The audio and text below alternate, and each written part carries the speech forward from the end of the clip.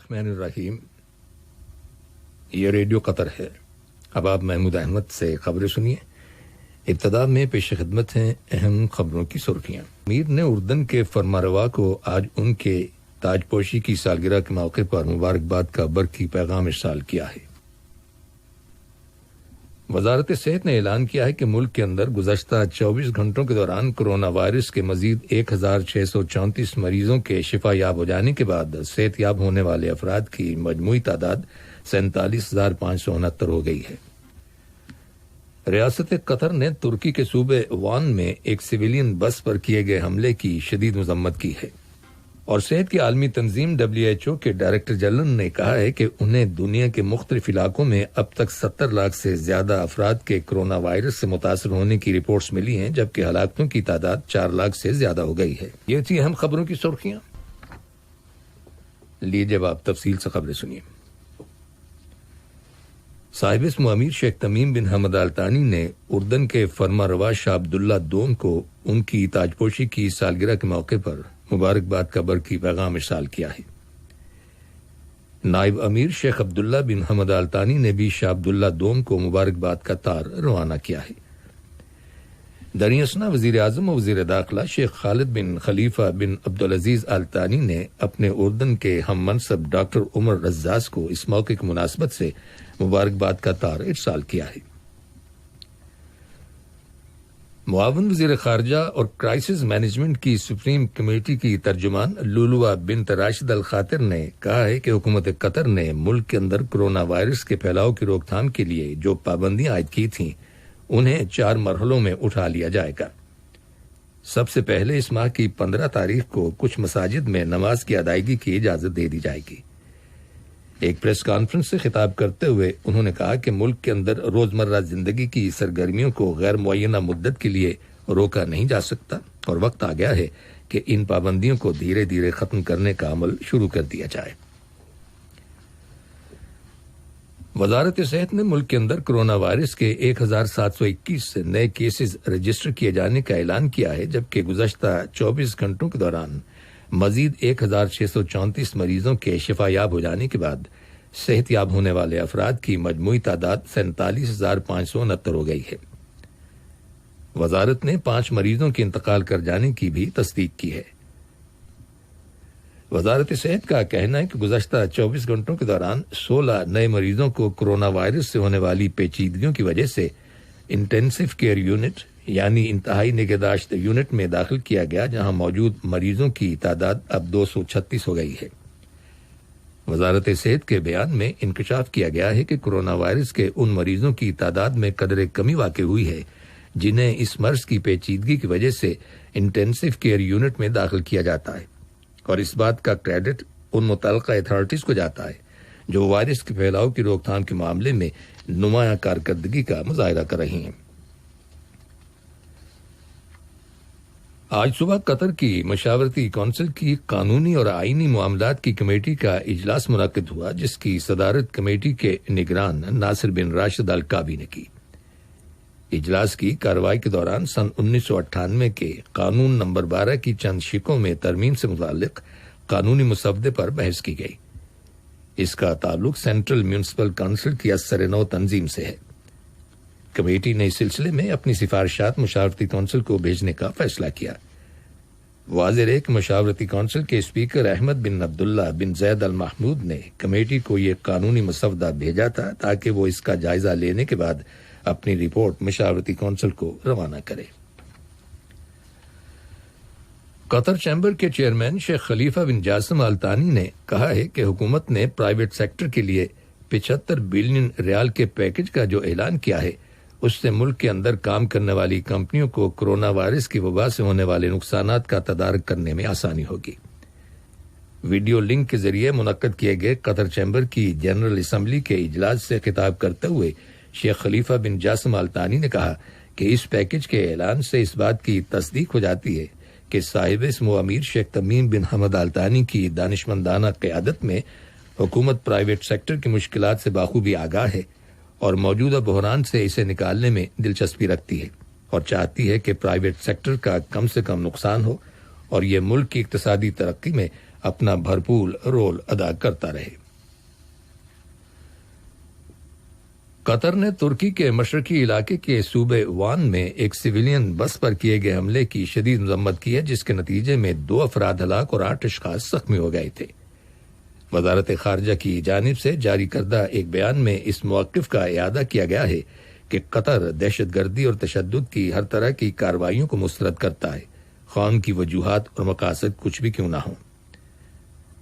وزارت خارجہ کے بیان میں ہلاک شدگان کے خاندانوں، ترکی کی حکومت اور عوام سے ان ہلاکتوں پر تعزیت اور زخمیوں کی جلد صحتیابی کی تمنا کا اظہار کیا گیا ہے۔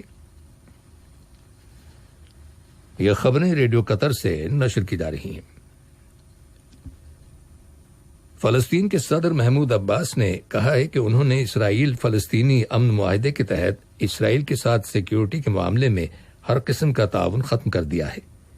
اسرائیل کی حکومت اگلے ماہ جولائی کی 1 تاریخ کو مقبوضہ مغربی کنارے کے کچھ علاقوں کو اسرائیل میں شامل کرنے کے منصوبے پر عمل درآمد کا اعلان کرے گی۔ فلسطینی صدر کا کہنا ہے کہ تنظیم آزادی فلسطین اور ریاست فلسطین اسرائیل اور امریکہ کے ساتھ کیے گئے ان تمام معاہدوں سے آزاد ہو گئے ہیں جن کی بنیاد افہام و تفہیم پر رکھی گئی تھی، اور ان میں سیکیورٹی کا معاملہ بھی شامل ہے۔ یاد رہے کہ یورپی یونین اور دیگر عالمی اداروں نے واضح کر دیا ہے کہ مقبوضہ مغربی کنارے کے کچھ علاقوں کو اسرائیل میں شامل کرنے کی کارروائی کے نتیجے میں اسرائیلی حکومت کو سفارتی مخالفت کا سامنا کرنا پڑے گا۔ ان کا کہنا ہے کہ یہ اقدام اقوام متحدہ کی سلامتی کونسل کی قراردادوں اور یورپی یونین کی کونسل کے فیصلوں اور بین الاقوامی قانون کی کھلم کھلا خلاف ورزی ہے۔ خبر ملی ہے کہ لیبیا کی عالمی سطح پر تسلیم شدہ حکومت کی وفادار فوج ملک کے اہم شہر سرت کی جانب پیش قدمی برابر جاری رکھے ہوئے ہے۔ اس سے پہلے سرکاری فوج اور حکومت مخالف باغی فوجی لیڈر خلیفہ حفتار کی فورسز کے درمیان زبردست جھڑپیں ہوئی تھیں، جن کے بعد خلیفہ حفتار کی فورسز کو دارالحکومت طرابلس اور اس کے گرد و نواح کے علاقوں کو چھوڑ کر جانا پڑا تھا۔ کویت کی وزارت صحت نے ملک کے اندر گزشتہ 24 گھنٹوں کے دوران کورونا وائرس کے مزید 630 نئے کیسز رجسٹر کیے جانے کا اعلان کیا ہے، جس کے بعد کویت میں وائرس سے متاثرہ افراد کی کل تعداد 33,140 ہو گئی ہے۔ اس کے علاوہ وائرس سے متاثرہ مزید 4 افراد کے انتقال کر جانے کے بعد مرنے والوں کی مجموعی تعداد 273 تک پہنچ گئی ہے۔ دریں اثنا عمان کی وزارت صحت نے آج 712 نئے کیسز رجسٹر کیے جانے کا انکشاف کیا ہے، اور یوں سلطنت عمان میں کورونا وائرس کے مریضوں کی تعداد 18,198 تک پہنچ گئی ہے۔ اس کے علاوہ آج عراق کی وزارت صحت نے بھی گزشتہ 24 گھنٹوں کے دوران کورونا وائرس کے مزید 22 مریضوں کے انتقال اور 7,878 نئے کیسز رجسٹر کیے جانے کی اطلاع دی ہے۔ صحت کی عالمی تنظیم WHO کے ڈائریکٹر جنرل ٹیڈرس اڈہانم نے کہا ہے کہ WHO کو دنیا کے مختلف علاقوں میں اب تک 70 لاکھ سے زیادہ افراد کے کورونا وائرس متاثر ہو جانے کی رپورٹس مل چکی ہیں، جبکہ ہلاکتوں کی تعداد 4 لاکھ سے زیادہ ہو گئی ہے۔ ان کا کہنا ہے کہ یورپ میں اس وبا سے متعلق حالات میں بہتری آئی ہے، لیکن عالمی سطح پر وائرس کے پھیلاؤ میں اضافہ ہو رہا ہے۔ گزشتہ 10 روز کے اندر 1 لاکھ کیسز رپورٹ کیے گئے ہیں۔ بر اعظم افریقہ کے بیشتر ملکوں میں وائرس کے مریضوں کی تعداد میں بھی اضافہ ہو رہا ہے۔ اس کے علاوہ مشرقی یورپ اور وسطی ایشیا کے کچھ ملکوں کے اندر کورونا وائرس کے کیسز میں اضافہ ہوا ہے، جبکہ دنیا کے مختلف ملکوں میں وائرس پر کنٹرول کیے جانے کی بھی رپورٹ موصول ہوئی ہے۔ دریں اثنا برازیل کی وزارت صحت نے وائرس کے 15,654 نئے کیسز رپورٹ کیے ہیں۔ برازیل دنیا میں متاثرین کی تعداد کے لحاظ سے دوسرے نمبر پر ہے، جبکہ برطانیہ ہلاکتوں کی تعداد کے اعتبار سے دوسرا سب سے زیادہ متاثر ملک ہے۔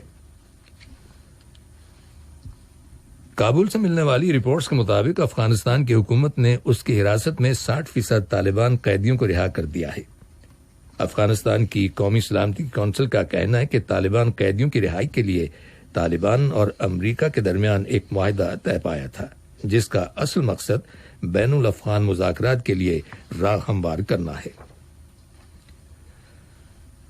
خبر ملی ہے کہ شمالی کوریا کی حکومت نے اپنے پڑوسی ملک جنوبی کوریا کے ساتھ ہاٹ لائن پر تمام رابطے منقطع کر دیے ہیں۔ شمالی کوریا نے الزام عائد کیا ہے کہ جنوبی کوریا میں موجود باغیوں کی جانب سے ان کے لیڈر کم جونگ ان کی کردار کشی کے بارے میں جو لٹریچر اور پیغامات بھیجے جا رہے ہیں اس کی پشت پناہی جنوبی کوریا کی حکومت کر رہی ہے۔